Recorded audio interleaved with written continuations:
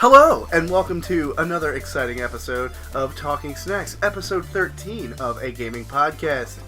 I'm joined by, as always, Coppa here, coming at you live. Coming at you with endoflavins. Endoflavins. I don't know what that means. I don't know either. Something that Cypress Hill said. Will always be in my head. Good for them.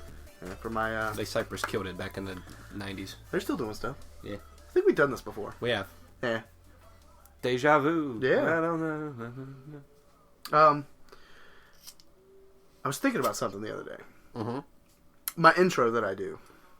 Yes. The hello and welcome. You know what I'm sure a lot of people do it. No, most people go with the, "What's up, guys? Coming to the..." Well, I tried to be a little more subtle, but I've watched, there's two channels that I watch on YouTube that specifically do that. And I watched them the other day and was like, holy shit. What, hello? Yeah. I mean, Did you know gaming does the hello and welcome to Did You Know Gaming? And LGR, another channel I watch, hello and welcome to LGR thing. Yeah, well, Markiplier also kind of does. Hello, my name is Markiplier, and welcome to Five Nights at Freddy's. That was really good. I watched a lot of his stuff. I like that. Yeah. Good. I don't know what that was. A baritone? Would that be the right word? It's my Markatone. Yeah. Sounded good. But yeah, this is a gaming podcast that we do every week. Speaking of weeks, it's been a week. It has been a week. There's not a lot going on with my week. School's wrapping up, so that's pretty hype. We got 3 days off this upcoming week for, Thanksgiving stuff. Oh, this week in? Or next week? This week. Oh, okay. Yeah, so that's pretty hype. Completed Fallen Order. That was a thing. Liked it. Really liked it. I'd like to see it on some Game of the Year stuff, but we'll get into that later. We'll delve into that. But really solid. Liked it. Whimsical. I know this is this kind of pertains to my week. I had a thing with my TV. Oh yeah, you were. Yeah. You texted me this whole predicament. Yeah. It's kind of hard to piece together. Yeah, a little bit. I mean, I understood the gist of it, but well, for backstory, I got a 4K TV at a black market thing like 2 years ago. Black Friday. Did I say black market again? You did. Dang. Selling kidneys and shit. Yeah. I traded my pancreas for a TV. Nah. I got a 4K TV on a Black Friday sale like 2 years ago, I think now. I went with you. I think I took you. Yeah, I think it's been 2 years. You got a PlayStation Pro. I got a PlayStation Pro and the 4K TV. I was upgrading. I was very jealous. I was big time. But I got it home and I was like, man, it's TV. How hard can it be to set up? And I fiddled with the settings and everything. And long story short, it had like an HDR plus mode. And which just sounds fancy. It just sounds like an automatic thing. Yeah, like, HDR plus. Okay, it'll just take. That's what I want. Yeah, it'll just take care of everything. I don't have to fiddle with settings every time I switch a channel or an input or whatever. So I left it on and just never really thought of it again. And I just found out the other day that like the HDR plus mode of this particular TV, the Samsung 6 series to be more precise, is like, huh? So you have a newer model? I think mine's a 5 something.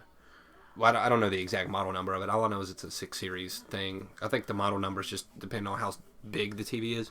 But long story short, again, the HDR plus mode that I had it on was just like it's meant for things that aren't in HDR, like I guess like regular channel viewing, like if you had something on cable or whatever. Mm-hmm.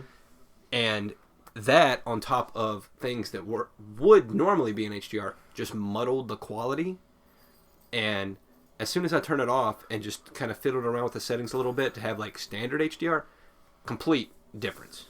Huge difference. And also found out my TV had a game mode, so I tried to talk to you about this when you first got it. You said it didn't have a game mode. I remember that, and I was like, man, you must have a badass TV. Because I remember when I first got mine, input lag was the very first thing I realized. When I had HDR plus on and I tried to play like that, first-person shooters were a fucking nightmare. Mm-hmm. So I had to immediately go to game mode. And that's why I was very surprised that you were like, I don't feel input lag. And I was like, okay. Well, that's what made me feel even more stupid, because I was playing through the Fallen Order, and you can switch it between performance mode and like resolution mode and all that. And if you had it on resolution mode, you could definitely feel the input lag. That's like the first game I've noticed where it's bad. Like you could hit X, and you could literally sit there and wait before Cal would jump. And I was like, that just does not seem right. And so I was already like fiddling around with the settings and stuff from feeling stupid with the HDR plus mode thing. And it does have a game mode, but it's not like in the TV settings. It's in like some other like random bottom like accessibility TV info serial number shit. Just like in just some random place. But I turned that on, and sure enough, I was able to play in like 4K upscaled resolution mode with no input lag. And I was like, my God, I could have been playing this game this whole time with crisp ass. So I felt dumb. Yeah. I just felt really dumb. But I honestly don't see how you haven't seen it before. When I think the first game I tried was Battlefield 5. First-person shooters were a nightmare. You played a lot of Destiny like that. Yeah, I mean, it's not bad in Destiny, but then again, there's not a lot really. I mean, yeah, it's not like competitive. Graphically intense game, I guess, but still, when you go to like competitive and stuff, just what is it, Crucible? Yeah. Still, that input lag will fuck with you when you're not doing PvE. I mean, if it was so bad where I noticed it, I probably would have done something about it. The game has kind of snappy aim. Yeah, I mean, yeah, it's got auto-aimy things and whatnot. Bullets kind of, they're lenient. But the Fallen Order was the first game where I was like, it was an issue, for sure. Like, right from the get-go, like moving and jumping, it just felt sluggish, like delayed and everything. And I was like, I tried to muscle through it. I was like, this is going to be rough. This is going to be... And I was like, nah, I can't. So I just switched it back to 1080 mode, and the graphics took a dip, Yeah. Like, pick that... But your frame rate... I mean, the frame rate was great. Don't get me wrong. I mean, the game still looked good, but it had that weird, like, sort of fuzzy, like, stretched sort of look, And but I just, I played the whole game like that, and then found out, like, literally just the other day, like, I could have been having no input game mode, no input lag game mode, beautiful, whatever. That's my. That's your revelation. Yeah, of the week? That's my revelation of the week, I guess. So what's going on with your stuff? I'm falling pretty deep into Call of Duty multiplayer. I'm sorry. Yeah. It's a love-hate relationship. Some matches you do great. You feel like, I'm the best motherfucker at this. And then you play, I banged your mom, 6'9", 6'9", 420. 420, yeah. Yeah, and then they just, chopper gunners for days. Mm-hmm. And there's nothing you can do. And it just feels like the game does not like you. It feels like everything's on fucking purpose. Like, there's this big map, and somebody had to be at this exact point. Looking at this area right here, just as you happen to be there. 38 times in a row, so I go, like, fucking 12 and 19, I don't know. But I'm enjoying it. Like I said, I got it to play with a friend. Me and him's been doing the, I can't remember what the game mode's called. It's basically a 2v2 permadeath. And yeah. I've seen that. I don't remember what that is called. It's not Gun Game, is it? It's something like Gun Game. It's like Gun Showdown or... Yeah, but like you just spawn, but you have to pick up weapons or... No, you get 2 random weapons to start with. Mm-hmm. And... you and the enemy team. You have the same weapons. And it's a small sandbox. Right. So, you have like literally a minute. Mm-hmm. And if you don't kill each other within a minute, a flag pops in the center, and the first person to basically touch it wins. Right. But it hardly ever gets to that. That's fun. Yeah. I don't really try to be too competitive with it, but... the clutch moments, man. Get your blood pumping. Where we are playing on PC, there is the option to play with other players and stuff. I just take most most multiplayer games as they are. I don't pay attention. But there was this match where this guy was fucking snap aiming. Oh yeah. Oh yeah. Me and Shane. Shout out to Shane. He said he didn't really do podcasts, so. But me and him was playing, and we wrecked these guys. I think it's the best of 6. Mm-hmm. And we something like that. We had like 3 wins, and it was like final match or some shit. And this guy just, it's like he turned his fucking auto like, all right, here we go. Flip the switch. Yeah, and like he hit me in the fucking face and Shane, and he was like, no, fuck that. And then we went back in, and it was both headshots. Oh, and it was like, okay. And then once again, both headshot. So Shane was like, motherfucker, and he don't give a shit. He just shit talks. I mean, terrible shit. He don't care. But yeah, he was like, motherfucker, fuck this shit. I'm reporting your ass. You've hit nothing but our heads this entire game. And then the guy had to say to us, fuck y'all. Y'all haven't missed a shot this entire game either. I was like, Dust off the shoulder there. Only the hackers can compete with that. It takes a cheater to get on our level. No, that did make me feel good. But Shane's like, you gonna report him? I'm like, I don't. Whatever. Yeah, if that's what he wants to do with his life, that's fine. But it did feel like he was snapping that fucking head, man. Yeah, some of those things are suspicious. I don't play a lot on PC. Especially when you're beating the shit out of him and then just then all of a sudden it's like, oh, here we go. They're Mighty Ducks and all of a sudden, yeah. like, what is this? And for it to be like random guns each time and for all of them to pretty much just hit you in the fucking head with it. Pretty suspicion, I think. Yeah. Well, you're really proficient with every gun in the game. That's nice. How about that? Yeah. Other than that, I played a little bit more Fallen Order, but I've really just been leaning towards the multiplayer stuff. I did your thing. I went back and watched like all the Star Warses. Oh really? You went through them all? Yeah. Damn, I haven't finished them. Yeah. I take my time. I'm not gonna lie, it was rough to go through 4, 5, and 6. 4 is fucking awful. You heard it here first, all right? Tune in next week for. Dude, 4 is the worst one. I mean, dude, I don't know, man. I guess it's just a generational thing. It's dated. It was. But rough. I love 5. I mean, 5 is great. I mean, I'm not like just shitting on them like they're terrible movies. Like they're great. They're great movies. Don't get me wrong, but like they're just slow and just very like. Well, nothing happens really in 4. It's kind of setting up everything. Yeah. And that lightsaber battle between spoilers. Whoa. Yeah, between Ben and Darth Vader is the funniest shit coming from 1, 2, and 3. Obi-Wan. We call him Ben for some reason. Oh yeah, that's right. Yeah. But I don't know if you remember it, but it's you watch 1, 2, and 3. At least there's some articulation. Yeah, there's some crazy fluidity. There's movement. And when you go back and you watch them. 4, they literally it was like they were jousting. No, it's like they were kids, at like they a were family poking at each other. You remember being like a kid and you found like a stick or something and you're like, with like another kid. Yeah. They were jabbing and awkward like towards each other instead of like swinging. Obi-Wan was like, "This battle is too much for me. I can't." He didn't even say anything. He just looks at Luke and smiles, and then just like doesn't do anything and gets hit. Yeah. But I went back and I watched them all, and I just watched The Last Jedi last night, and I found a pretty big plot hole that I didn't notice before. Well, I'm gonna let you do it, but I'm still watching through them again, and they're still pretty fresh. But Have you seen Last Jedi? I have forever and a half ago. Okay, that's my next one on the list, but I don't know if it's a big enough deal to bring it up, but it bothered me. Do you remember when Rey and Kylo Ren are fighting the Crayola people after he kills Snoke?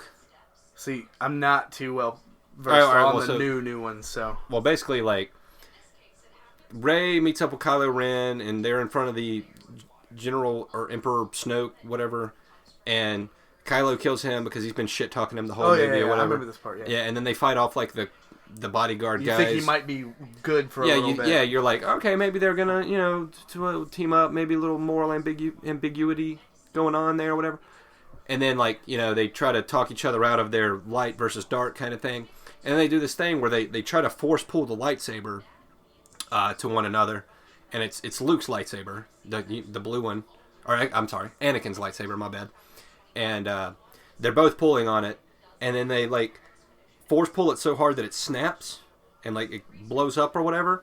And then at that point, like, after that, the Resistance people go down on that crystal planet thing. And they're fighting off the AT-AT walkers, or the ATST, whichever ones they are, the big ones. And then Luke shows up, and it's just like the projection version of himself, but he's got the same lightsaber. And but you said it was Anakin's. Yeah, but it's the same one. Oh. Same design and everything. Blue, it's got the little same look and everything. I was like, I thought Luke's was blue and Anakin's, well, Darth Vader's was red. Yeah. So whose did they break in? Well, Obi-Wan took Anakin's at the end of 3. Revenge. Yeah, Revenge of the Sith. After he, I have the high ground, and they chopped his legs off or whatever. Best one so far. I like rewatching it. I like that one was hype as shit. Yeah. But some people might disagree, but I liked it. Yeah. But anyway, yeah, he takes that one and, start of 4, he gives it to Luke, and that's the lightsaber he uses throughout the whole movie, essentially. Except, because then in 7, that weird alien girl. Sorry, it's hard to keep up with like numbers. Yeah. that weird alien girl that they meet up with on I don't know. I don't remember the planet's name. When Han Solo goes to meet up with her, and then Rey finds the lightsaber, and she hears Obi-Wan's voice, and he's like, "Rey, you found the lightsaber." Blah blah blah. And then she goes to meet up with Luke, and it's Anakin's lightsaber, and then I don't know, just a weird plot hole, inconsistent thing. It broke earlier, and then literally like an hour later, Luke's holding it again. That really bugged me, and I don't know how people over at Disney didn't catch that, but that's whatever. Rogue One. Really good. I haven't done too much on those side ones yet. I mean, it's Solo and then Rogue One. Rogue One literally ends right as 4 begins. Oh, really? Yeah, the same. Like literally, you could play them right back to back. It's got that. You know how 4 opens with that Leia's ship like escaping the Star Destroyer thing. That's how Rogue One ends, and it just blends beautifully into the whole thing. The reason I like it so much, aside from like. Just like a sort of grittier like take on Star Wars, like away from like the Jedi and all that stuff, was like at the end you really get to see Darth Vader just go off, and it's great to see that. Well, I was gonna bring this up. Watching the way Anakin's mannerisms are towards the end of 3, and I know how the movies were made and whatever, and I know we're on a movie tangent right now, but. Just trust me, we're going to cover why this is happening and all this later. Yeah, we do games. Yeah, we do, yeah. But Anakin's mannerisms between 3 into 4, I don't know, I guess it had to have been 20 years at least, right? Because the kids grow up and Leia's a princess and leader of a resistance. And, we'll say 20, 25 years. Yeah, so give or take. But still, just, I know the movies were years apart and made backwards, but... Darth Vader's attitude in 4, 5, and 6 just do not match Anakin's like anguish and rage towards the end of 3. I gotta imagine, like, I mean, yeah, like you said, they did him out of order, but I guess the only way you could defend it is just like, you know, he's basically just giving up hope at that point, giving into the dark side, and it's basically just a robot. Yeah. But I try to look past those little. I don't think the movie should be forgiven for that because they tried to make it like a continuity thing, like a 1, 2, 3, 4, 5, 6, 7, 8. But like when you play them front to back, you do see those little things once you move from 3 to 4. I'm sure you see it once you hit 6 to 7 too. Mm-hmm. When I was watching 5 last night, I had to Google something because I was doing the thing you were talking about. When Luke almost died in 5 and he was in the snow. Mm-hmm. And right before Han rescued him or whatever, Ben shows up and says, "Go see Yoda." Yeah, he was the one that trained me. Mm-hmm. There's something there, you know, because technically Qui-Gon trained him, but you know, as a youngling, you know, you see in the earlier ones that Yoda trained the younglings. Oh yeah, and to kind of get them ready. Like in 2 and 3 when he's in there and they're using the Force or whatever. Yeah. So, but yeah, well, he hung out with Yoda. I mean, no doubt. Like so. They were tight, dog. Yeah, they were chilling. It was like this. But yeah, definitely have different opinions than we did a couple of weeks ago when we were. Yeah, I'm full into it now, dog. I'm me really... too. I'm ready for the new one. Colby brought something to my attention that I'd never heard about. Because we were watching 7 and 8 like yesterday and the day before, and I was like, you know, they always bring up the dark side and how it's just power, just raw power, anger, and it's like, I asked him like just for shits and giggles, I was like, how come there's not Jedi that use like the dark side but for good? You know, that'd be cool to see. And he was like, oh yeah, you know, they're called the Gray Jedi. And I was like, what? He's like, yeah, that's a whole thing. They have gray lightsabers and everything, and they're basically like mercenary. Yeah, I'm assuming it's like books or spin-offs or something. And I was like, that's a neat fucking idea. How come that's never been explored? You know, it's always like good, bad, blue lightsabers, red lightsabers, Sith, Jedi. Blah. I want to see some something different. Yeah, which is why the Mandalorian's cool. I love the Mandalorian, dude. I haven't caught up. Watched episode 1, and then I tried to do the rest of the Star Wars. Oh man, no, I had to watch them all. They're great. 3rd episode. Oh man, I don't want to say it's my favorite so far, but God, it's good. I don't want that's still fresh. We'll avoid that for now. But I am loving everything about the series. The guy that's doing that is the dude from Iron Man. Did you know that? What do you mean? I can't remember his name. Something Favrelli, Jason Favrelli. You know Happy from Iron Man, the guy that he was like Iron Man's like secretary assistant guy or whatever. He's in the Spider-Man movies a little bit. He's kind of like the big heavy set dude who's always like kind of happy-go-lucky. Nope. Well, he is the one. I think he's the one who did the writing for Iron Man, and now this is like his big project is The Mandalorian. He's like the producer, writer, director on it. So he's hitting on something. This is great. Is the actor? Yeah. Neat. Mm-hmm. That's cool as shit. I don't really want to spend any more time talking about. Yeah, we have spent Star Wars. Yeah. I apologize for most of that, but it's what we do. So I guess weekly intros out of the way now. Quick shout out to Brandon. That was a Mighty Morphin tangent time. Oh shit! Yeah. I love that. Merch. I love that. Let's get some merch. I want that on shirts, hoodies, stickers, everything. We got it. Decals, license plates, coffee mugs. What are those Condoms. things? Condoms. What are those things that you just? Mouse pads. No, you just put them on your desk. Paperweights. There you go. Yeah. Be nice. All of it. Let's jump right into the news. Stadia. Yeah. I feel like we've talked about it each fucking week. I feel like we're just kicking a dead horse at this point. Well, it's whatever. There's reports of overheating. You have a platform that's not even a fucking console. Yeah. It's literally just streaming, and they're saying that the Google Chrome Ultras are actually overheating and shutting off. Multiple reports. Google denies it, but there's forums. Google denies it. Yeah. Okay. Yeah, there's forums full of people saying that it's overheating. All right. There you go. It's pretty rough for a company that literally owns YouTube to. Well, the people I usually watch for some of my news, like the Inside Gaming people, they did bring up a good point. I don't watch them often, but every now and then they do have some good things they bring up where it was like, this might just be another thing that Google tries and then just drops completely, because like they've been just known for that. You know, like Google Glass, Google it's not Hangouts, it's one of those other like Google Plus stuff, just all kinds of stuff that they've just thrown money at. It was like, we'll see if it works. If it doesn't, whatever, just pull the plug on it. So, but this will suck, especially us being gamers and from the gamer standpoint.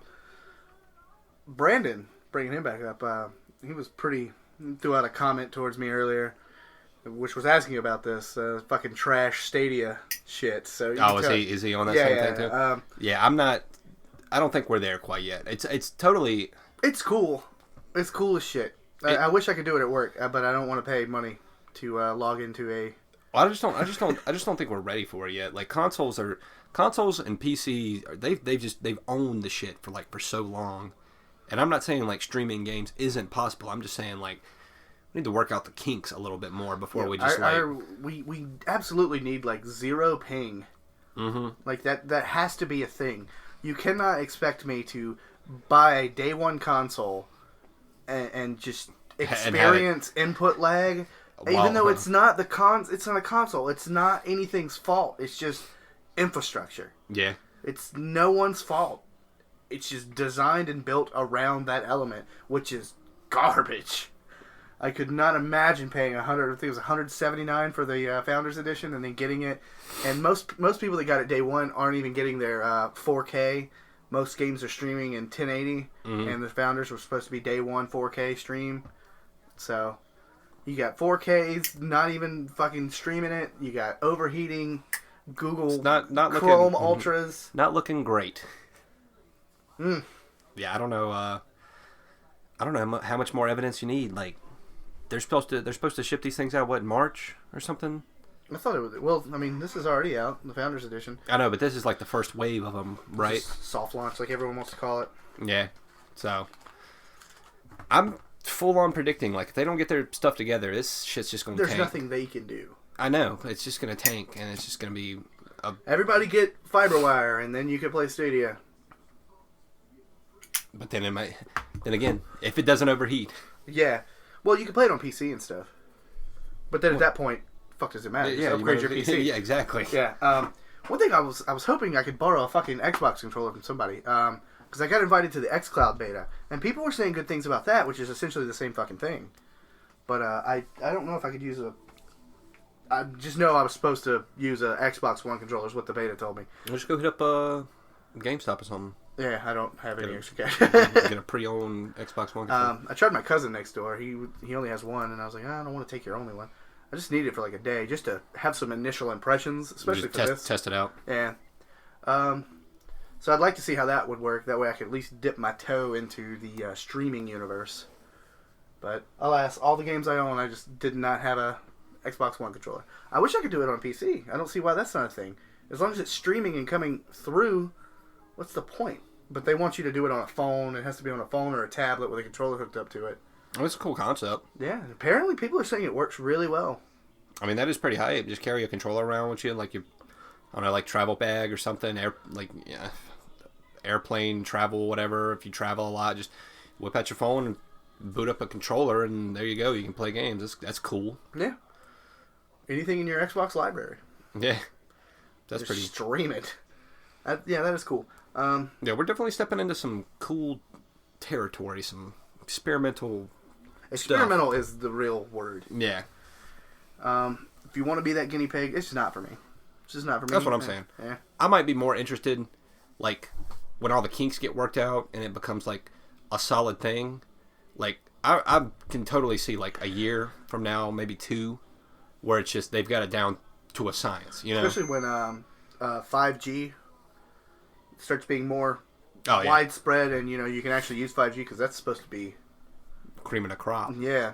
And I could see people with actually just mobile hotspots or just using their phones not even on a Wi-Fi connection, because, damn, you're basically going to have stronger than most people's home Wi-Fi on a wireless network. We actually watched a video. It's been a while, but we watched a guy, like, review 5G connections. Well, that was very early stage. Yeah, but still, the speeds were ridiculous. But his whole thing was, like, he had to be, like, pretty much within, like, visible, like clear view. Yeah, he had to be able to buildings. see a 5G antenna, and the way they were set up was literally on fucking networks. Like, it was, like, that's set up on, like... that's a very barbaric way of just going, just put them everywhere. Just put them, just put them everywhere. But, I mean, the world, everyone's so used to the internet, it's bound to happen. Yeah, but, like, the speeds he was getting was just ludicrous for, like, what was going on. Like, he was on a sidewalk, like, a couple 100 feet away from one. And, again, like, there weren't any buildings or anything in the way. And he was, like... 500 down? Yeah, he was getting, like, what, 1,200 megabytes down or something? He downloaded, like, hour-long Netflix videos in, like, seconds. That shit is ridiculous. And then he tested it, like, he walked a couple blocks away and then, like, went around, like, a building. And it dropped substantially. Like, I mean, the speeds were still great. Like, he was still getting, like, fucking 500-600 down, which is good speeds. Yeah, and you could absolutely play games on that. Yeah. So cloud, like the xCloud, I think is what they're calling it, that seems more feasible on a 5G network. Yeah, but then the accessibility thing comes into play, because, like... when it first comes out, everything's going to be fucking outrageously high. Oh, sure. But my thing is, like, who all lives in a 5G area in a good spot where they can get the 5G? You know what I mean? Like, it all comes down to, like, logistics and everything, I guess would be the best word to say. But the world just needs to be blanketed. Yeah, just throw satellite. That's what ain't old Musk doing that? He's launching some satellites up there to just cast down fucking the only internet. Thing, I've just seen memes of his stupid truck. Funny truck. And him breaking the window when he said it was unbreakable. God, bulletproof? It's great. Throws a ball at it and immediately shatters. And like, we tested it. And I did see the video where they did test it, and sure enough, it didn't break. I don't know. I guess it was a... it was a bad window. Two maybe, bad windows. Maybe. It's 2 of them. That was good stuff. I saw... sorry, gonna do this thing again. But did you see the video where they had his fucking Tomb Raider truck pulling an F-150 truck? Uh-oh. Oh, dude, it was so great. It was pulling an F-150 truck uphill while the F-150 truck was trying to resist it and pull it in the other direction. And it was just like, meh, just pull it.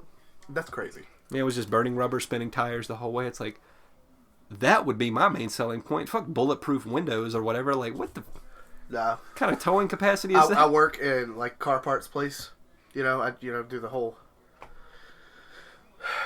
You will never sell electric vehicles, anything, to diehard motorheads. Yeah, no, they just don't. They don't believe it. They don't understand it, and they don't want it.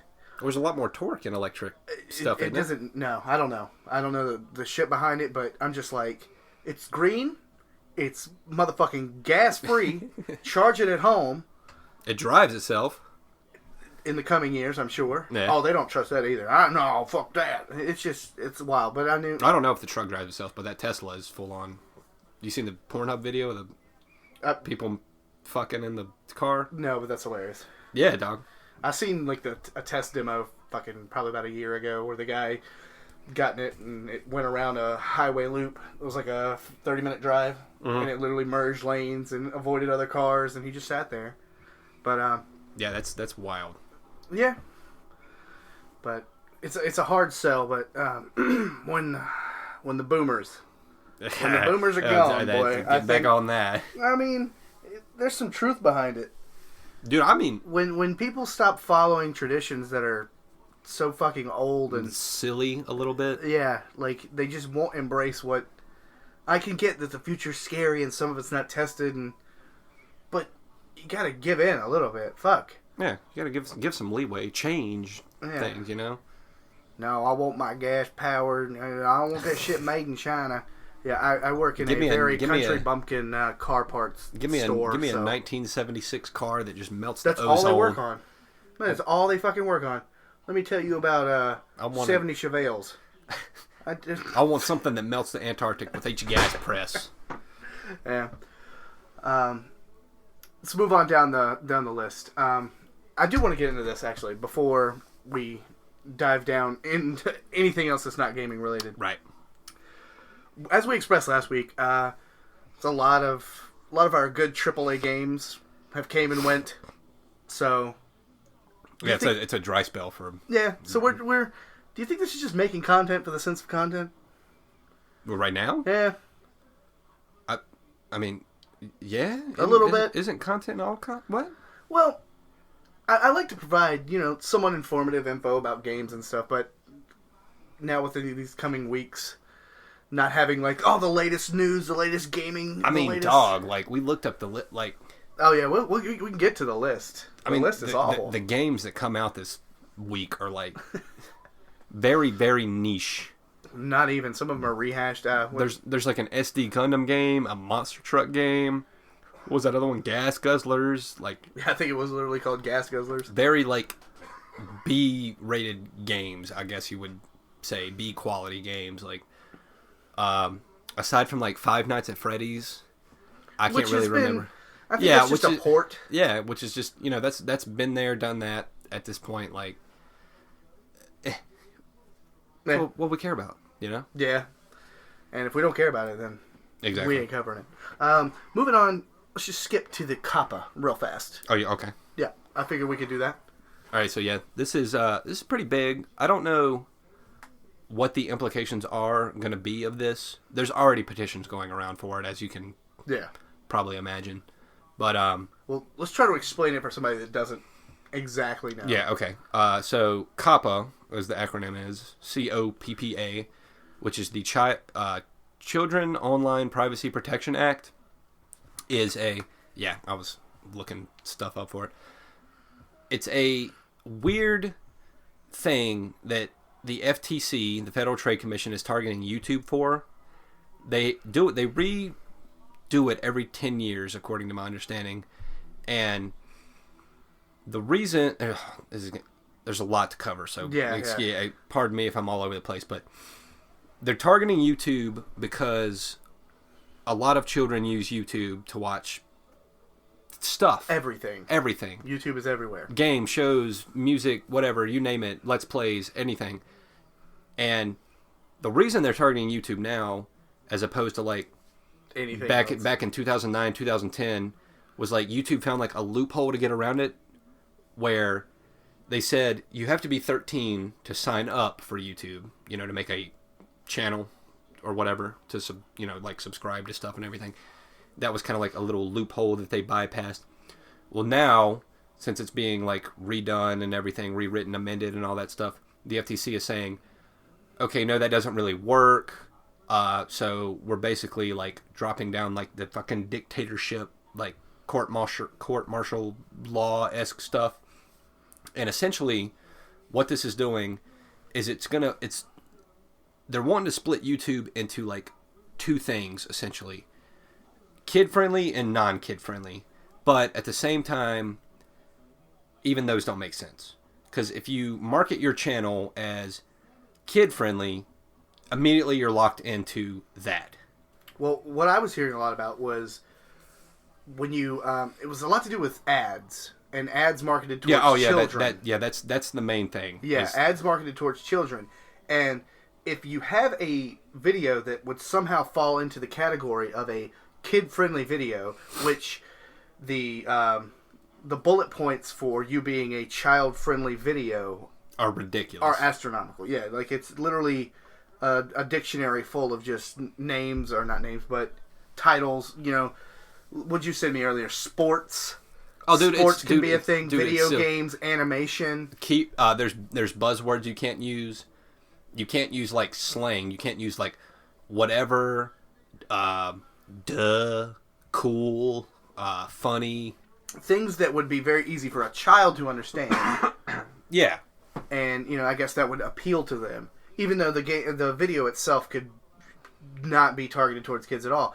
But the main thing why it would hurt YouTube is if that tends to happen, then the ads that cannot be marketed towards children would lock the YouTube creators out of monetization of ads, cutting their ad revenues up to like 90%. So basically, 90% of the money that would be coming in from ads, you know, actually supporting their videos, would not be able to run there because it's kid-friendly or targeted towards kids. Exactly. And to take it even like a step further, going back to like how it basically splits into two. Essentially, like they want all content creators and channels to become either kid-friendly or strictly not for kids.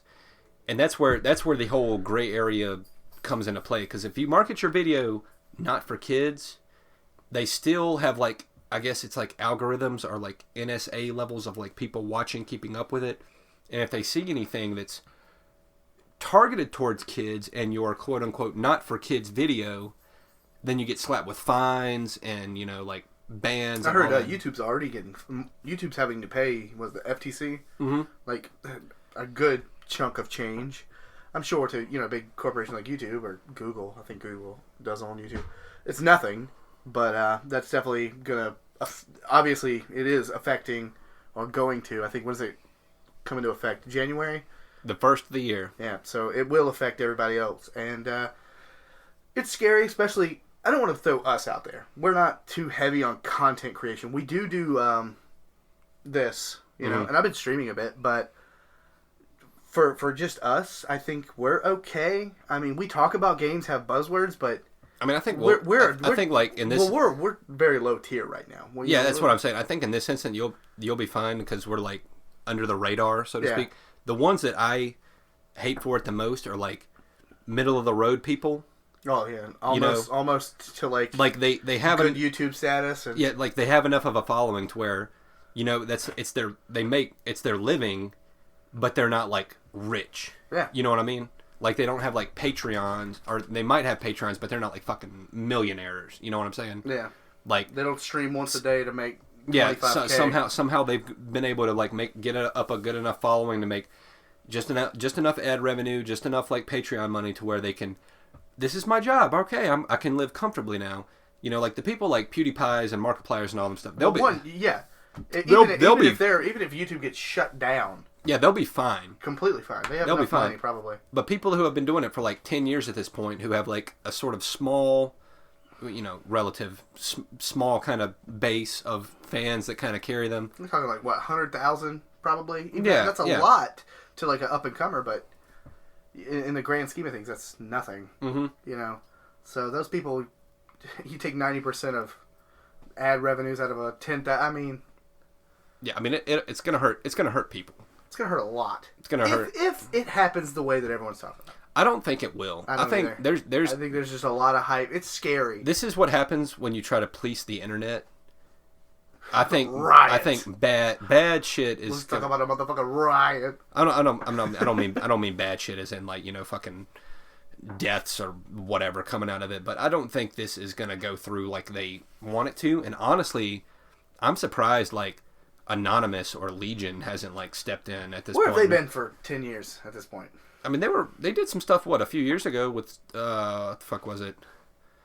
I don't remember, but this would be right up their alley to be like, why are you trying to police like something as big as YouTube, you know? Like, and my thing, sorry to keep going off tangents, diverging and everything, but where does the blame fall on parents?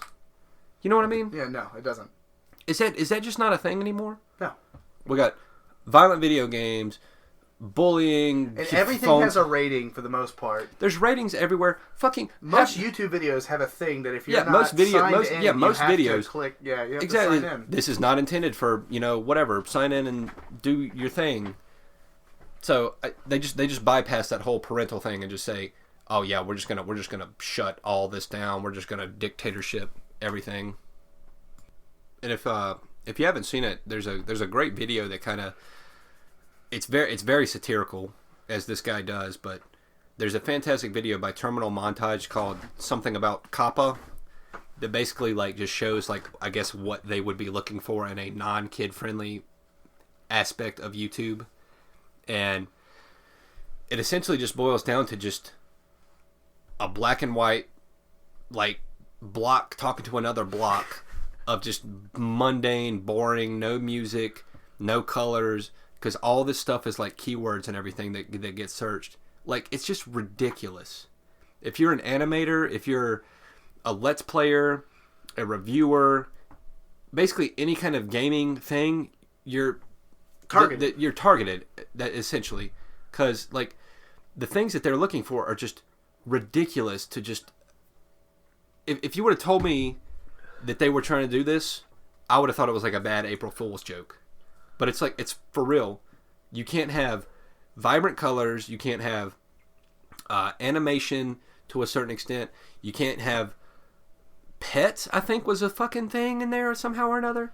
You can't tell jokes, funny stories, just all so now, much stuff. This was your what was that guy? Terminal Montage.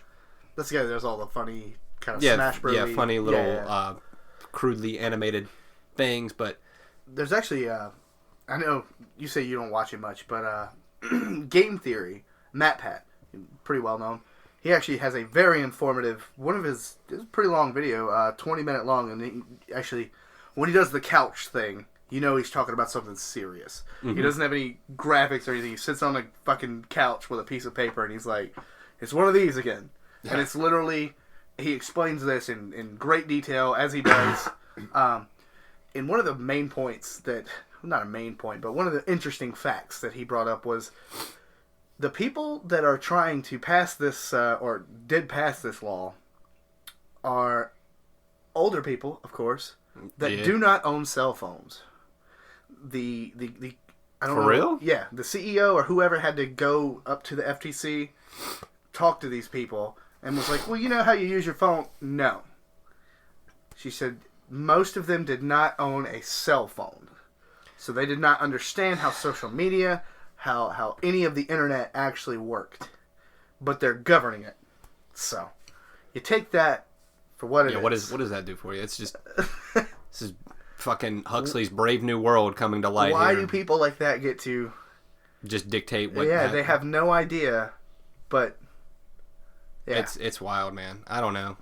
It's like me moving to another country to teach another language that I'm not fluent in. That's not even. It's like walking next door to your neighbor and being like, "Oh, by the way, if you don't, do you own that person's land over there? You better cut it." Yeah. Because I'm tired of looking at it. If you don't cut I don't know how it works. If you don't cut your yard in this particular way, my kid could be affected by that. So yeah. Even though it's my right as it's my responsibility as a parent to monitor what's going on with my kid. Like that just bothers me. Just to no end how you just bypass that whole fucking responsibility spectrum. Yeah, and you're just like, what do they think parents are? They just sit there as just like mindless drones, just like my kid is just. We just spit out kids. It's something. Like if your kid is literally going up on YouTube, and like, I don't even know what's on YouTube that could like affect a child. Maybe like some fucking crazy shit. Oh, buddy. I mean, I disagree on that one. I mean, I'm reaching though. Yeah. You could get impressionable minds down a rabbit hole. I mean, for sure. There's always going to be rabbit holes. I'm talking like your standard 12-year-old, 13-year-old boy or girl is not going to come home from YouTube and be like, let me look up Project Bluebeam real quick. Like just the Holocaust wasn't real. Let me just Google that real fast. Yeah, like. I think they're just jumping to way too many fucking conclusions about this. Highly doubt. When it comes down to something, always got to control the populace, right? Always got to control something. Got to control every bit of everybody's lives. They won't do it for themselves, so That's probably what I mean. I'm sure it all comes down to money some way or another. They just stupid. Yeah.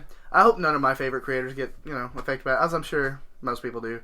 The big people won't care, but I don't know. Shout out to She Says. Shout out to Scott the Waz, fucking Spawn Wave, LGR, all those people, Arlo, all those guys. They have enough followers, but they will definitely it'll fuck them up.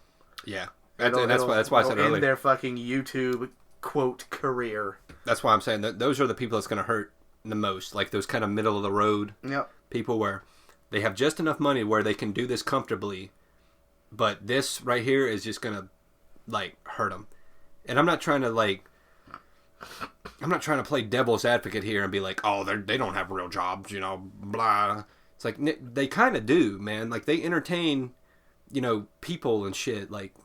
Just because they do it on the internet doesn't mean it's less of a thing. You know what I'm saying? Yeah, I mean, they earn their money just like anybody else would earn their money, just in a different way. Just because it's on a video platform, they're doing the actual work. They're coming up with scripts. They're writing it. They're editing. They're shooting it. There's a lot more job. There's a lot more work that goes into it than like I guess these boomers, quote unquote, think it is. When I busted out the PC, I thought I was going to be shooting videos all the time. And I made like 3 and was like, God damn. Yeah, it's a lot. And then I kind of toned down and we do this now. I still like it. I would like to get back into it. Well, that's another thing. But I think we talked enough about that. That was the big. That was the big thing. But now it's not really necessarily gaming related, but that's it is because it'll affect a lot of gaming content creators, and I feel like we are a gaming content creator, even though mostly we talk about games and have a thumbnail. I mean, it is very gamer target centric. I think this whole Coppa thing, it's just dumb. It's Jack Thompson all over again. Jack Thompson? Yeah. That's the guy that was against violent video games and took him to court back in the 90s and early 2000s. Pretty much. Yeah. I don't understand it, so it must be bad. I like how I pulled that name out of my fucking hat. There you go. All right, next on the list. Game of the Year nominations. They're out. They've been out. Been out for about a week, maybe. I got them on my phone if that makes it easier for you. It didn't matter. I mean, everything should run back here. Okay. Yep. We talked a little bit about Game of the Year. I think someone sent in a question about last week, the week before. No, it's been a few weeks. I think it was one of Brandon's first questions. Yeah, but question no longer because here are the nominees. Yep. I figure there's a lot of categories, a lot I don't particularly care about, so we'll read them off and see what we feel about. Yeah, I got hit the big ones, I suppose. Yeah. So for the big money, should we start with big money or go down? Let's work our way up. Let's work our way up? Okay. Yeah. Let's, I don't want to go too low where no one gives a shit. Let's just start off. Okay, let's do this one. Well, no, keep going. We'll start off there. Up. They'll go up. We'll start off with fighting game. Let's do this one because I like this one. Oh, okay. Okay. For some reason, there's about 5 million fucking. There's a bunch of categories. Yeah, I don't understand. I remember when it used to be like 3. Right. Yeah. Now we just got to make a whole night of it. Who's doing this? Isn't it Spike? Is it Spike VGA? I don't know if Awards? Spike. I don't know if Spike still does it. It was Spike for the longest time. I guess they still do it. Yeah. But the first like category, I guess that we care about. Best family game, right? Mm-hmm. And I just want one of these to win out of all of them. But our nominees are Luigi's Mansion 3, Ring Fit Adventure, Super Mario Maker 2, Super Smash Bros. Ultimate, and Yoshi's Crafted World. You see a trend. Seeing a theme with all these. these. You see a trend there, yeah. It's almost like Nintendo has a market. Bribed all the judges with this one. Now, out of these 5, I'm thinking Luigi's Mansion is going to take it. I think Brawl or Smash. Sorry, I said Brawl, but I think Smash will probably take it. But I don't know. Near and dear to my heart, I think Luigi's Mansion deserves something. God damn it, it was a good game. I think out of those two, either one of those two are probably going to win it. I don't see Ultimate really being family game, but I don't know what kind of criteria they're basing it off of. It was a Nintendo game, apparently. Yeah, I guess. So they slapped it on their family. Crafted World, I mean, it looked cute and stuff, but I was not about to pay $60 for that. I don't know how Ring Fit Adventure made it, honestly. Yeah, that seems more like a workout game. This should have been an art direction game. We'll get to that later. Yeah. Mario Maker 2, I enjoyed that for what it was. I played a little bit of it. Did I play $60 worth of it? Probably not. I'm surprised, I don't know. When I think like family game, I think like Mario Party or something, but... Yeah, but that game was butt. Yeah, sure. Alright, moving on up the list. Best fighting game. The nominees happen to be Dead or Alive 6, Jump Force, Can We Laugh? Can We Laugh? MK11, probably gonna win. I don't know, man. Samurai Showdown or Super Smash Bros. Ultimate.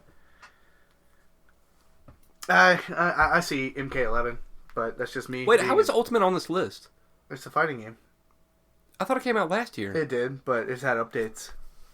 Fucking okay. that just reneges on the whole. Okay, whatever. Yeah, I think Mortal Kombat 11 will probably take that one for sure. All those other ones, while respectable fighting games and with their audience, I've never heard of Samurai Showdown. It's very niche. Yeah. I know Dead or Alive 6. I know Jump Force, and I've had a lot of experience with Super Smash Bros. Ultimate, but in terms of just like a fighting game, mechanics, and yeah, I think enjoyable to watch in a fighting, like a fighting game, like arena or competition. Mechanics wise, yeah, like that's a fun game to watch. So I think Mortal Kombat 11's got that one. Yeah, no doubt. Yeah. Best RPG. Sorry if we're blazing through these, by the way, but there's a lot of categories. So yeah, and you know how we'll tangent. Yeah, so we're trying to stay Mighty Morphin Tangent. Yeah. Tangent time. Best RPG, we have Disco Elysium. Indie game. Indie, of course. Final Fantasy 14, near and dear to my heart. Yep, Kingdom Hearts 3. No, I looked at you. Maybe. It's a hard maybe. Monster Hunter World Iceborne. Is that specifically just the expansion? Again, that game came out last year, but I guess expansions just bypassed that rule. Weird. Yeah. And The Outer Worlds. So out of those 5, I'm thinking it's probably going to be Outer Worlds. It's absolutely going to be Outer Worlds. There's no other. Because I don't think... If I had to pick, it'd probably either come down to Outer Worlds or Kingdom Hearts 3 out of the top 2. And I think Outer Worlds just has the RPG format down pat. And it's newer and fresh. And yeah. A lot, I think... I'm not going to knock on Kingdom Hearts 3, but... Not so much RPG as hack and slash with RPG elements, I guess. I was going to bring the storyline into it, but we won't do that. We'll just scroll up. Yeah. Again, I don't know what kind of criteria they go based off of these, so... Best action adventure games. Borderlands 3, Control. Here, this is where we're going to start seeing a reoccurring theme. Yeah, I don't agree with this at all. Death Stranding, Resident Evil 2 Remake, Legend of Zelda: Link's Awakening, and Sekiro: Shadows Die Twice. Action adventure. I'm really thinking.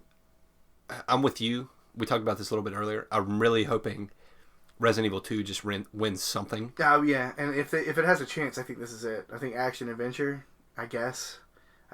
Is action adventure the best way to describe a Borderlands 3 game? See, I don't know, because they're both like shootery games.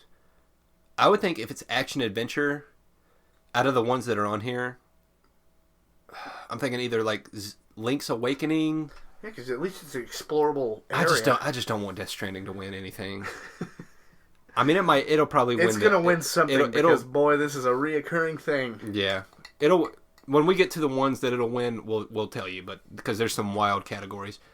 But yeah, I'm hammering home Resident Evil 2 remake on this. Yeah, best action adventure. I hope Resident Evil 2 wins it. If not, it'll probably go to like Borderlands 3, or maybe Link's Awakening. I'm thinking. See, that's a remake too, but that's a remake, and what is Game of the Year? What are rules anymore? Yeah, man, I don't know. Best action game.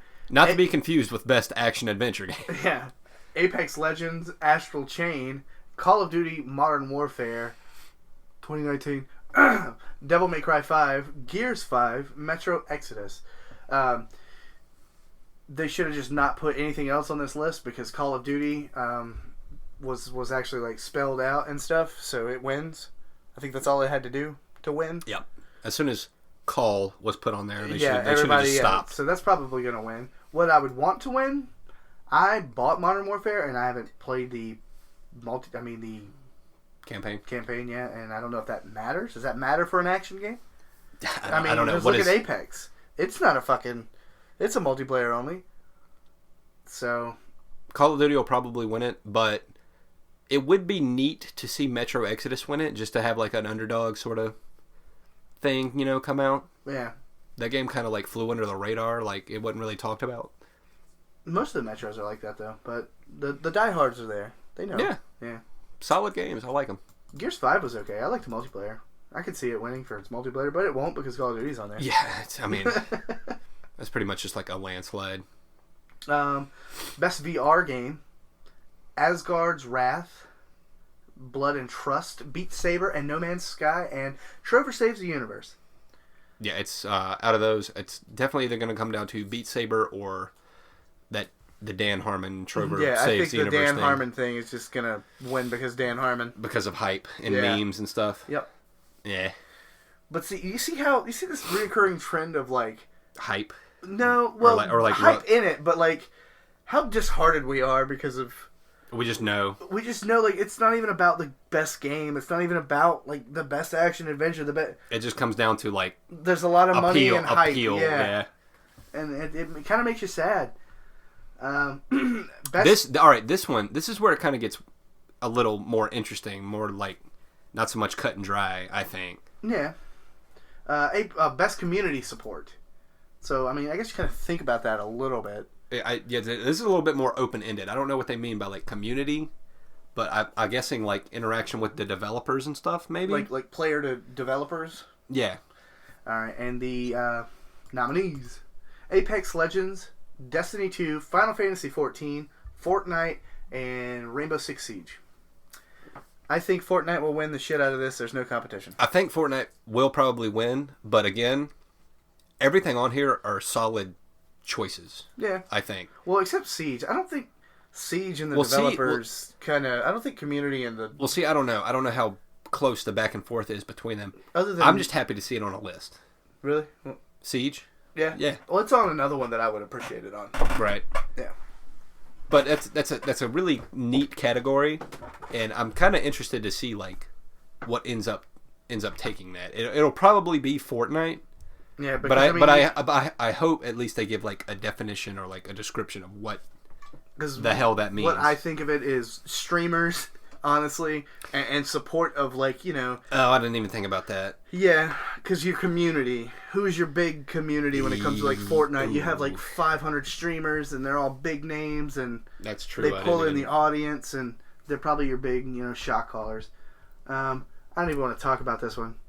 Can we check to see if we're still recording, please? It's bothering me. Oh, does that happen? Yeah. I mean, yeah, it just... Oh, I've had Audacity mess up on me in the past, and here we go. We'll put it on the second screen there. well, there you go. Hey, moving on up. Yeah, it's janky, but it works. Best mobile game.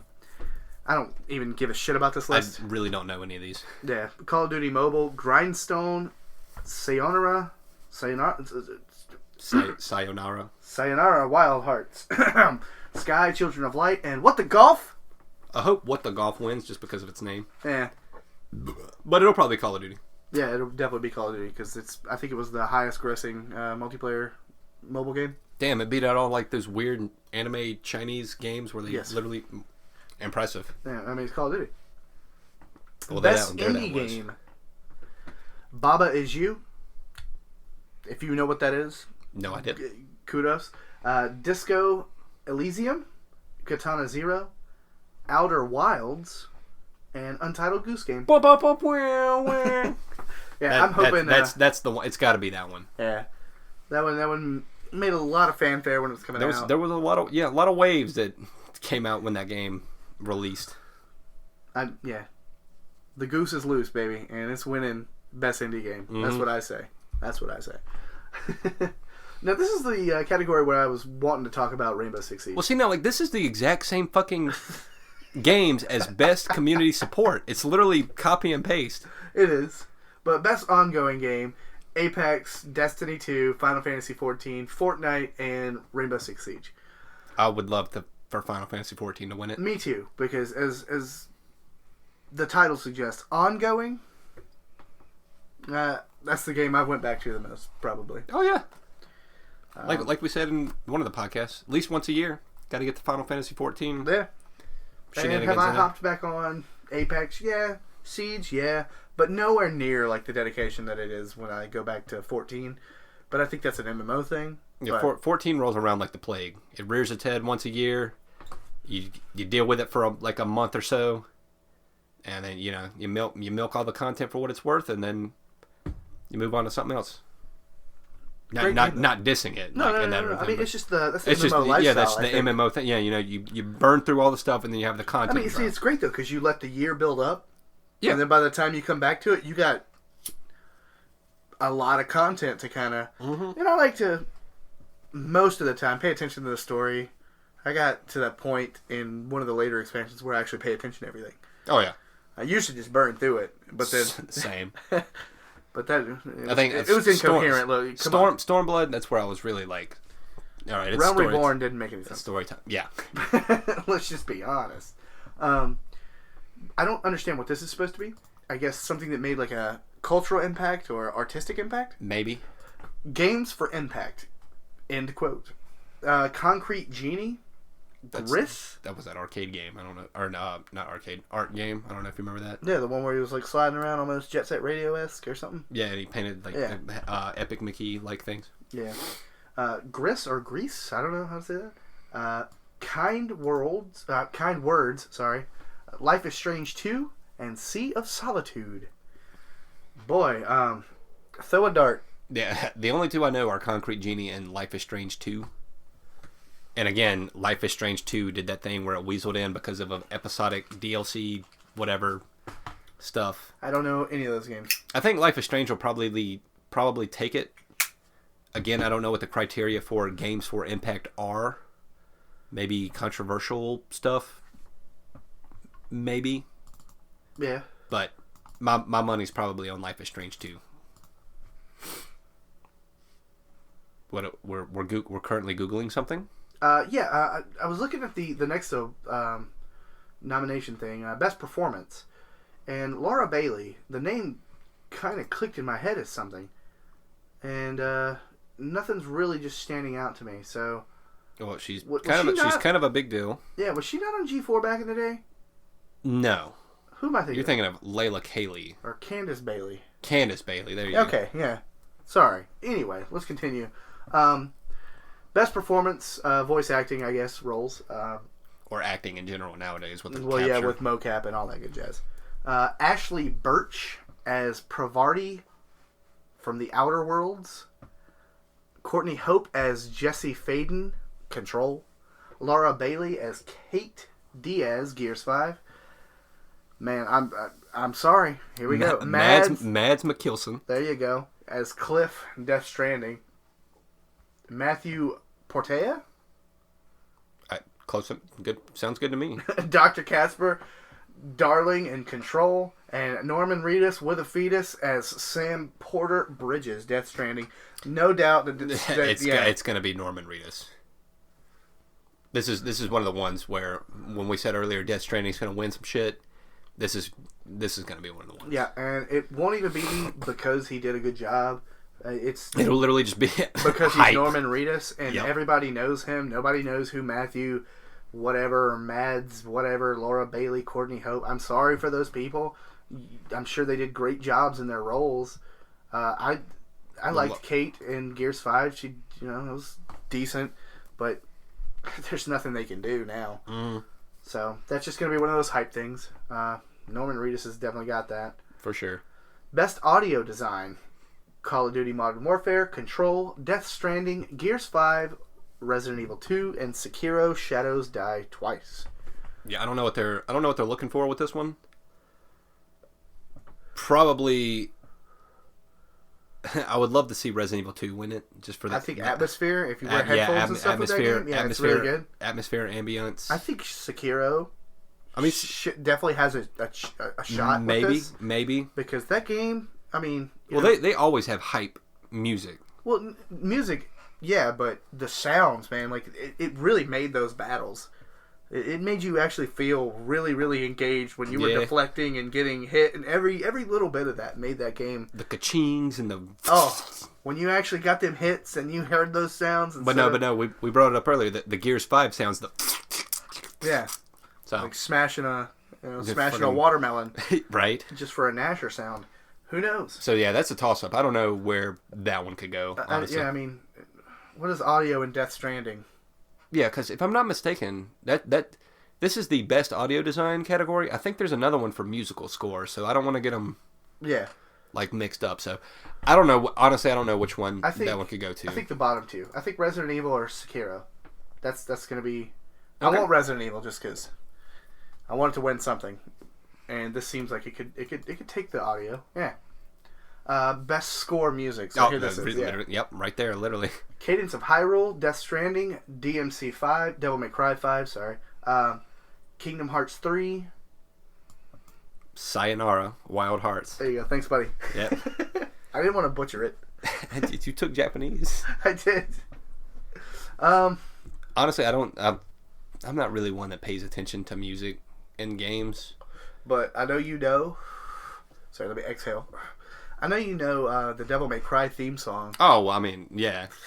I don't know the newest one, but like 3 and 1. It's the same one they do. They performed it live at the VGAs last year. Well, yeah, sure, but still, like, what? I mean, that'd be cool. That'd be cool to see Devil May Cry 5 win something. What's the song?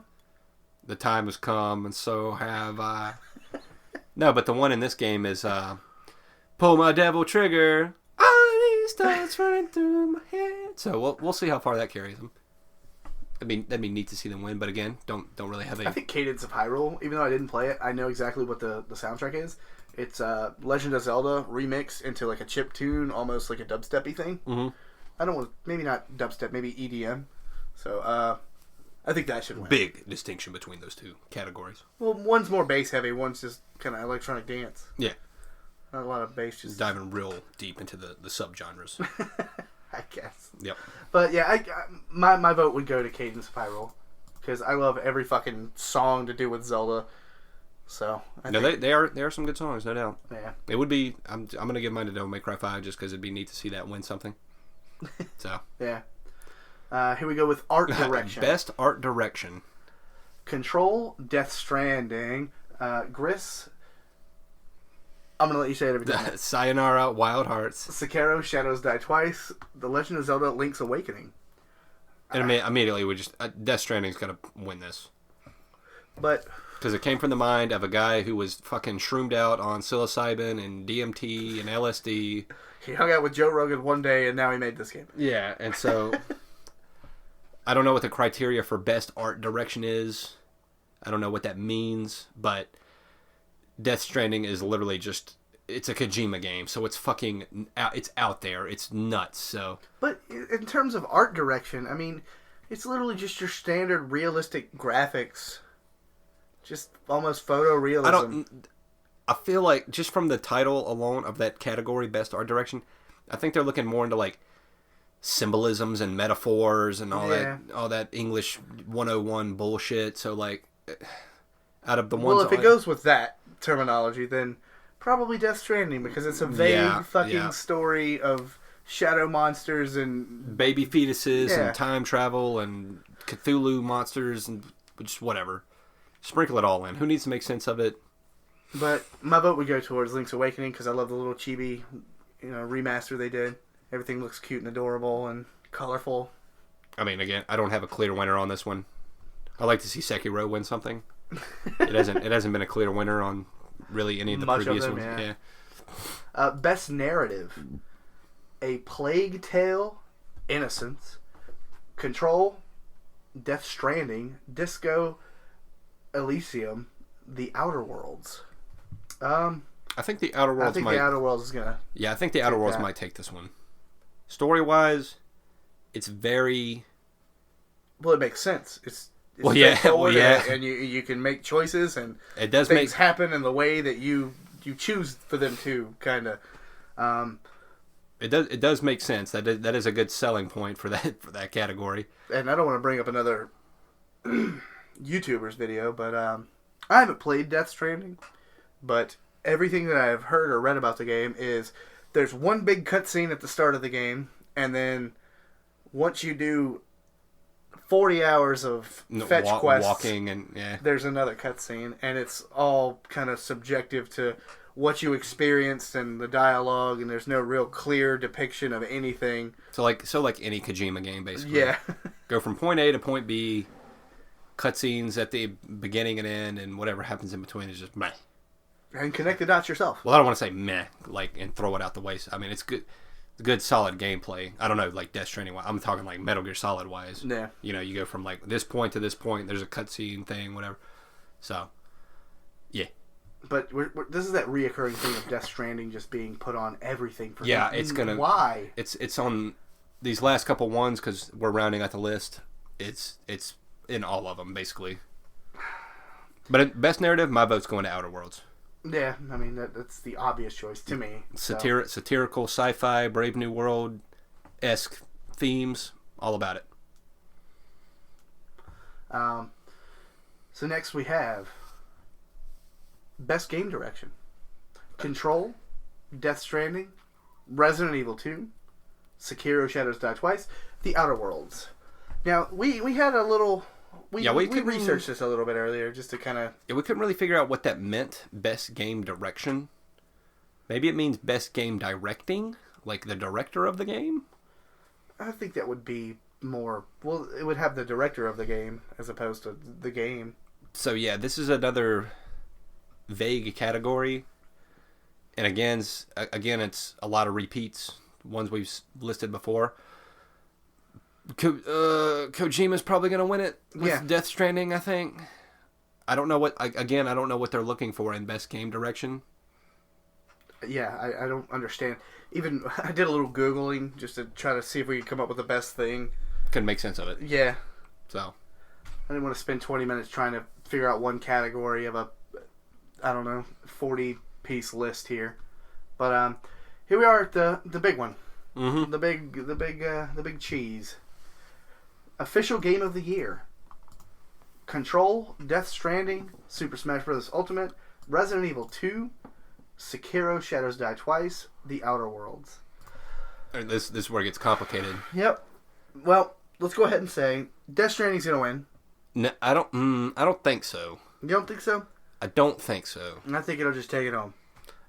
If I was a betting man, I think Outer Worlds might win it. I hope something other than Death Stranding does win. I'm kind of on that same fence. Just because how can a game that's gotten so many mixed reviews and backlash, it's art and confusion. I mean, art is subjective though. Not to the masses, man. I guess. When everyone has the same opinion. But this is where this is where it gets complicated because like everyone's opinion is different to varying degrees.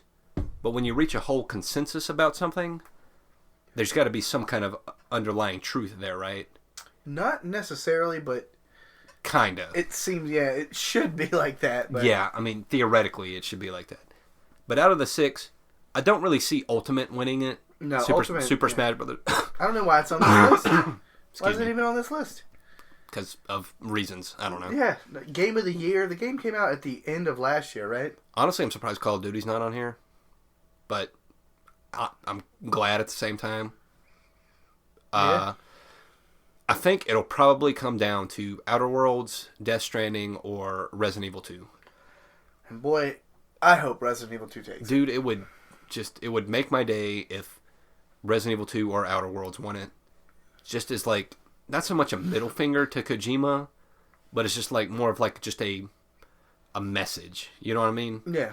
Like, sure, you can be a AAA hoity-toity artistic subliminal message, whatever symbolism game all you want, but at the end of the day, is it a game that you can play and have fun with? And to me, from what I've seen on Death Stranding, I gotta say no. Yeah. I haven't played it, I haven't put hands on it, but just the overall consensus of people I've talked to face to face and online reviews, Death Stranding's just not doing it for a lot of people. Yeah. I have seen the opposite though too. I'm in a bunch of game groups or whatever on Facebook and just there's always stuff and there's always going to be niche people that are like, I didn't even like the game when I first seen it, but I got it and damn they love it, and it's like I guess. Yeah, but I guess it's a real specific audience you got to get with. I was super hyped before Resident Evil 2 was even announced. I was hoping it was going to happen. When it was announced and it was shown off, I was always there. I bought it day one, was super fucking hyped, played it, beat it multiple times. Didn't do the plat. I don't do the plat thing, but I'd be happy. Enjoyed the fuck out of it. I'd be happy to see Resident Evil 2 take it home, because I can't even think of the last time a horror game won Game of the Year, or like any big awards, honestly. So that would be hype. Another thing I want to mention real quick, just because that's the end of the lists, obviously. Yeah, that's the end of these nominees are what, like a week old at this point? I think so, yeah. So I don't know if Fallen Order made the cut, or if it just didn't get nominated, or if it's not updated yet. But I think Fallen Order probably could have wormed its way into some of these. Yeah. Action adventure? Yeah, definitely. Yeah. Maybe not Game of the Year, I would say, right off the bat. I've played through it and I've beat it at this point, like I said earlier in the podcast, but there's always I've got to let it settle. Yeah. You know what I mean? Like let think about it. I feel like that alone says something. So yeah, I don't think it's winning any Game of the Year stuff, but maybe action game, action adventure game. Maybe it'll be a nominee at least. I thoroughly enjoyed it, but yeah, that's the Game of the Year stuff. And those were our opinions on it. Somewhat. We had to, we had to fire through a lot. Yeah. We don't want to make this last forever. If you actually agreed or disagreed with any of our stuff, we'd love to hear anything you have to say. That's what the comment section's for. I'm learning how these videos work. Get your comments in before Coppa destroys my channel. No, my channel should be fine. Yeah. I'm very confused at what makes Game of the Year, or why most of these were nominated, why some of these categories are. There's at least like 10 other categories that we didn't touch because they are best esports coach. Good Lord. Yeah, there's like 3 or 4 esports one. I think there was like best RTS, best strategy, stuff like that. Just some really weird ones, so to speak. But those are the like quote unquote big ones, I think, that people will be have their eyes on. Not to dislike those other categories, but we just don't have enough knowledge on them, I think, to really weigh in on what they are about. So yeah. So yeah, we can move on now to what is literally the driest week we have for what we care about, other than the Game of the Year stuff. Yeah. All we could really come up with the coolest games. And stuff that, I mean, I don't know about you, but it kind of caught my eye a little bit. I mean, yeah, it's definitely it caught a lot of people's eye. Maybe somewhat controversial to a degree, because Half-Life has laid dormant for years. And the people over at Valve / Steam, whatever you want to call them now, thought that after years of waiting, fuck a actual third sequel to a game or third game. Let's just do VR. Let's just do VR.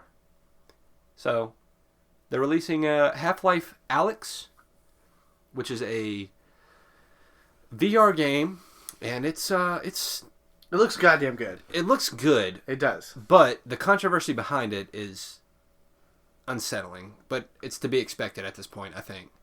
Because there's a lot of people who are thinking that it's just them doing it so that they can push more Steam VR sets. Which is understandable. But at the same time, it does look really good. Yeah. I mean, everything about it. I mean, we watched a video for another game called Boneworks, which we can tie into this here in a second. A little bit of the same thing. Yeah, it looked like it kind of took some of that tech or what they had been working on and put like godly amounts of money polish on it. Oh yeah. And what's the engine that they use? It's the Havoc engine. I'm not sure. The Half. I think it's Havoc. Sounds right. I think that's right, but it's just like if you can think. Let me a little background information on Boneworks, I guess you could say. So, Boneworks is like a studio. I don't know if it's the name of the studio, but it's the name of the game, I guess, that they've been working on. Yeah. And it's essentially a VR game with just like crazy amounts of work just put into like physics and like quality of life VR stuff, because a lot of VR games are if you've noticed, they're gimmicky. Yeah, they're not like an actual game where you're in the game and you progress like you would through a game, like a linear story path or something. It's more of like an arcade thing. That's perfect. That's perfect. Yeah. You put on a headset and you go through the closest thing you can be to an arcade game. Yeah, basically. There's exceptions like the Doom VR or the Skyrim VR, but even those have like the. But those are more like a medium to see the game played through that apparatus. Yeah, exactly. And those have, I don't know what you call it, but you move from spot to spot. Mm-hmm. They don't actually have fluid movement. Right. I know one of them. I know Doom VR doesn't allow you freedom of movement. You kind of. Well, I'm pretty sure the Skyrim VR thing does the same thing, where you look at a point and you literally like teleport to it.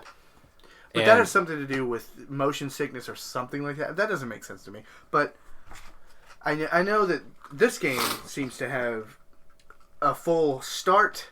You're dropped into a sandbox, and your hands. It's VR, but just go watch the video. I can't explain it. It's the good enough. It's the beginnings of I think what VR should be. It's probably the best looking VR tech that is out. Or going to be out, rather. You're talking about Alyx? No, Boneworks. Oh, well, both of them, honestly. They look like they're based off the same fucking thing. A little bit. They both have very heavy emphasis on physics things, which is neat.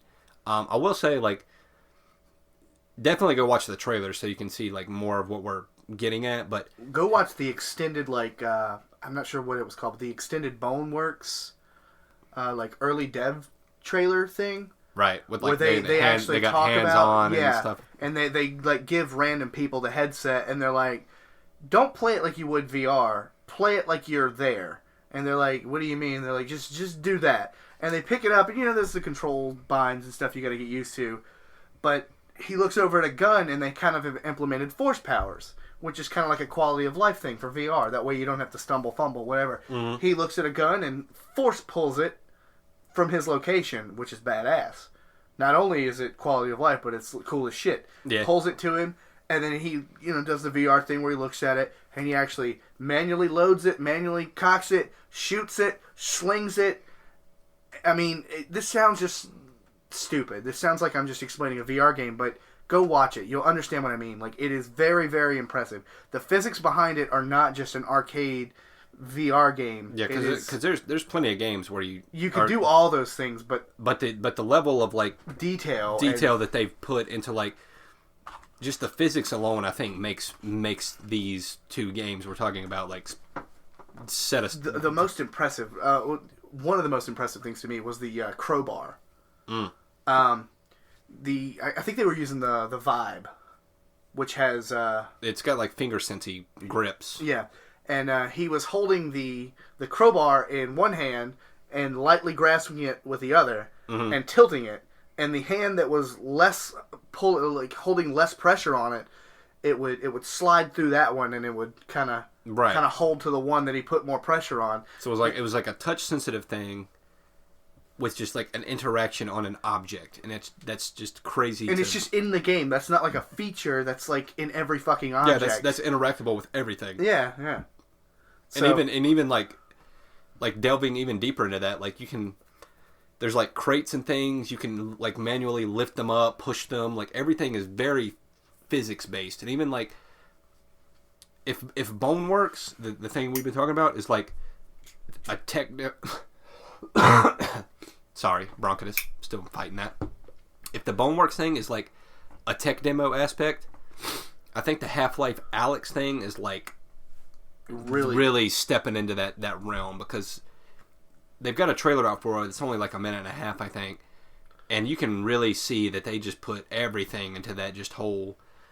Your hand is like a physical object in the game. Like, of course, it's VR. You're holding the controllers, but when you move your hand on something, like it's a thing that moves like boxes and objects and stuff. And I know it sounds like silly to think of it that way, but after seeing it, you can kind of see what I'm getting at. And like, I think that's paving the way to where VR, an actual VR, yeah, game. where VR needs to be. Not just Beat Saber, not just Fruit Ninja, or like any just like an actual game to where you put a headset on, and as disorienting as it sounds, spending a good 20 hours in this whole new world. This escape. Yeah, like literally, you're in a whole new environment. If you have seen the Half-Life VR trailer, Half-Life Alyx, go watch Boneworks. If I remember, I'll link it in the video, the description below. It's really impressive, and you can definitely, I think you can see the similarities between the two, especially the money refined graphical details when it comes to the Alyx thing. Yeah, because Boneworks just released a trailer about a week ago, I think, is the one we watched, and it showed the release date of being December 10th. Mm-hmm. So we got some cool, interesting VR stuff. I'm digging it. I am too. I just downloaded the VR check for my PC, says I'm good to go. I was actually you gotta get Beat Saber. Yeah, it's fun. Yeah, well, I mean that and the actual anything costs a lot of money. Well, sure, yeah. But I was thinking I'd probably have to upgrade, because I'm just kind of like, my shit's terrible. No, it says fine. I mean, it should be. I mean, PlayStations can run VR, and I don't know how that shit gets allocated, but I think you should be all right. Yeah. There's plenty of VR. VR. I really want to play some fucking Beat Saber. I'll be honest with you. I loved Guitar Hero back in the day. You'd be set on like PC, because they have like custom songs and shit on there. Yeah. I've played Beat Saber a few times at Graham's house, and like, there's a limited song pool to mess with, but it's a ton of fun, and really reminds you of like how out of shape you are if you get into it. I'll probably learn that real fast. But I'll try to link that shit below. Definitely check it out. Really cool stuff, and like I said, it's coming out. It's been in development for a while, so. Well, I don't know how Boneworks. The Boneworks thing's been. They've had like developer updates and stuff, like tech demo-y type deals and everything. I don't know how long the Half-Life Alyx thing has been in production, but like I said, I think this is a step in the right direction for VR games. I'd really like to see like some AAA developers like step their foot into that whole VR concept and kind of see where it goes. I know it's like a big risk, so to speak, but if they can be anything close to like the Boneworks or Half-Life Alyx thing, like, I think VR owners will have a reason to have bought their sets, if that makes sense. Yeah. Pull up questions. Yeah, I was trying to pull up some questions. Our question, singular apparently, this week is from Brandon. Okay. What games are we hyped for that are dropping next year? His personals are Final Fantasy VII Remake and Animal Crossing. Boy, let me go ahead and follow him up with hell yeah and hell motherfucking yeah. I want Animal Crossing so goddamn bad. It was supposed to launch this year, and I know that's not even going to be a game that I'll like extensively like play the fuck out of like in a sitting, but I know it's something that I will play every day for a very long time. I know every day I will pick it up and be like, oh, I gotta go buy my stuff from Nook. There you go. We gotta go make sure there's no weeds growing or whatever. I gotta go run my daily errands. Well, I agree with half of those. I never really delved into the Animal Crossing thing, so I'm kind of out of the loop on that. But I am very much hyped for the Final Fantasy VII Remake, and I'm about to show my controversy, I suppose. Like, I never played Final Fantasy VII on the PS1, but that's why I'm looking very much forward to the Final Fantasy VII Remake, because I've seen the gameplay demos and hands-on demos and stuff of it, and it kind of follows the Final Fantasy 15 formula, which I liked. I thoroughly enjoyed that sort of hack and slash take on things. I know a lot of people didn't really like it. It was a turn-off for them or whatever, but me personally, not a super diehard fan of Final Fantasy. I enjoyed it. It was good to pick up, pretty easy to pick up and play, learn it. It's very fluid, very fancy looking, very flashy, anime-esque, I guess you could say, but really hyped for that. 2020 games, I'm really wanting to see what Last of Us 2 does.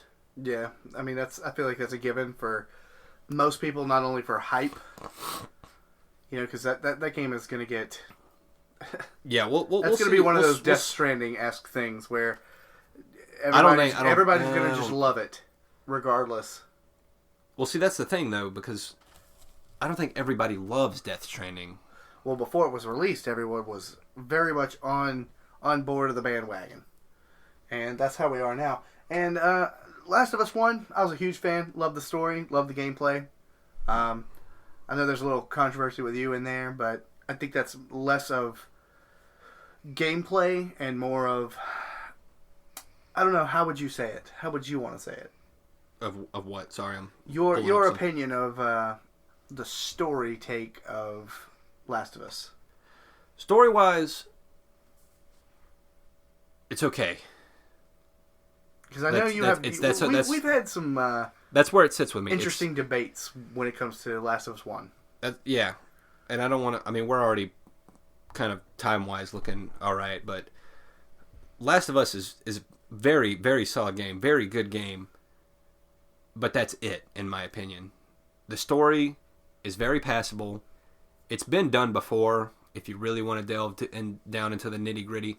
Maybe not to the dehumanization level that fucking Naughty Dog loves to just sprinkle in for some reason nowadays for controversial aspects, but I think that's why I'm wanting to see what Last of Us 2 does, if it follows the same sort of footsteps of the first one, of like, you know, those heavy moral decisions of like, do we do this or do we do that? You know, well, it's not you, the player, but it's story based. Yeah. Exactly.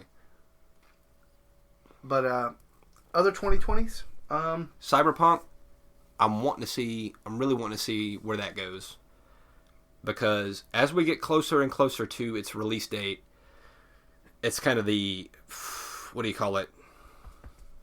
The make or break point, because as has been done before, game companies are very famous for this, where they show off gameplay demos and live demos or whatever, and everything just looks fantastic. Everything looks beautiful, but then the actual game comes out and it's meh. Yeah. You know what I mean? Well, Watch Dogs CD did Projekt Red's had a pretty good track record. Well, sure. But again, I always want to remain hesitant on like, how much does the actual game line up with what they say you can do? You know what I mean?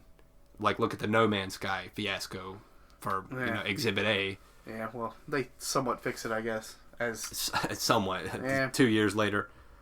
I I did a quick little Google thing just to see what other games are coming out in 2020. That I was gonna bring up Sucker Punch's game, Ghost of Tsushima. Oh yeah, They didn't demo. Did they demo it last year? I mean, well, they showed something. Well, they did one of those things where it's like it looked like gameplay, but you don't know. That could all be pre-rendered, like just fancy shit. But I'm at this point now. Well, I was a very big PlayStation fan starting of this year. I still am, still very PlayStation heavy. But now I got the PC thing. But still, I was really enticed by that because I loved the Infamous games. 1 and 2 were really good. Second Son kind of dropped a bit to me. I didn't think it was as good as 1, let alone 2. 2 was perfect. But to see a developer kind of move away from a medium they're so used to, a third-person superhero kind of sandbox game, right, to a samurai fucking linear maybe game? Probably. I don't know. There's not a lot of gameplay aspects to pull from with that thing that they showed. But I'm hopeful. Like we said in the last podcast, if Respawn can do a fucking Star Wars game, that and whatever Guerrilla Cambridge is working on, the guys that did Horizon Zero Dawn. What's their new thing? I don't know. I thought they were. They're not the ones doing Marvel's Avengers, are they? No, that's Square Enix. That's right. Yeah, I'm not enticed by that at all. Yeah, that game looked pretty butt from the start. I don't know about butt. It looked passable. I guess. You know, hype always sells. Well, they were a little bit too late, I think. Yeah, I mean, I would agree with you. When all the movies that didn't came out, and then you release, it just gets me like that. Fuck, I can't remember it. Guerrilla Cambridge is working on something. Actually, I was mistaken. It's not Guerrilla Cambridge. Guerrilla Cambridge got closed. I had to pause for a minute, and I was trying to look it up. So it's just Guerrilla Games now. Sony closed the other branch. I guess they were multiple parts. But looks like they don't really have a name for it. It's just rumors. But they're working on something.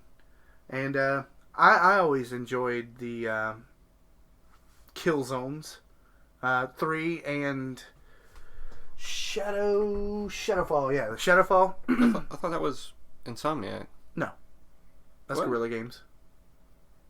Killzone? Oh, I'm sorry. I'm thinking of Resistance. My bad. Yeah, but I liked Horizon Zero Dawn as well. That was a great game. No, I liked it too. I didn't play the DLCs for it, but very much enjoyed that game. But yeah, they're rumored to be working on something. I could have swore it was announced or something like that, but I was wrong. Well, those are the main ones I'm looking forward to. Yeah. Overwatch 2, meh. That's meh. I made poot noises. Yeah. Does that mean anything? That's about how much we're looking forward to that.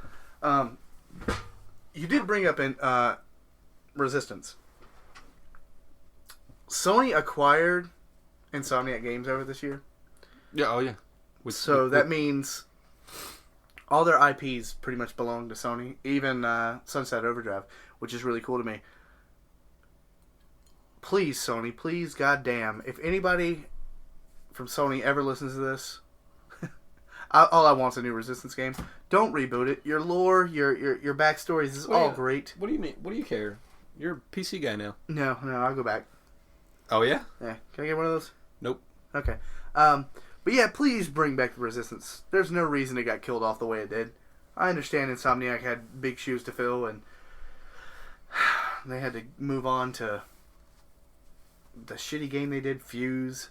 Why the fuck they did that? And then they did the amazing Marvel Spider-Man. But now they should just go back and really flesh out that Resistance story. Yeah. That's what I want. I can see it. I didn't really play the Resistance games. They were exclusive. PS3 days, but really good PS4 game, I think. Really good looking games from what I did see. It was good times. Was it? I miss them. I miss those days. I don't miss the exclusivity, so to speak. I guess. I mean, I know there's still exclusives that float around nowadays, but I think we're kind of breaking through that whole exclusive wall thing to a degree, a little bit, especially with cross-platform play now. Yeah, there's definitely a lot, cross-platform ports, remasters, things. I don't agree with a lot of them, especially when they get ported to the Switch, but hopefully, I mean, maybe one day we'll reach a thing where exclusivity isn't just gone. I think when that happens, we'll lose consoles. Well, Coppa won't let us get that far, so we'll see. Yep. So enjoy the last year of Talking Snacks before we get shut down by the YouTube algorithms. I want to give a shout out to Brandon. Thanks for sending in a question. Good question. Yep. We'll work on that merchandise soon. Yeah. Mighty Morphin Tangent Time. Yeah, that'd be great. I also want to give a quick shout out to all of the people that have recently followed me on Twitch and or Twitter. I'm actually hosting a giveaway. You can go to my Twitter to find the link for that.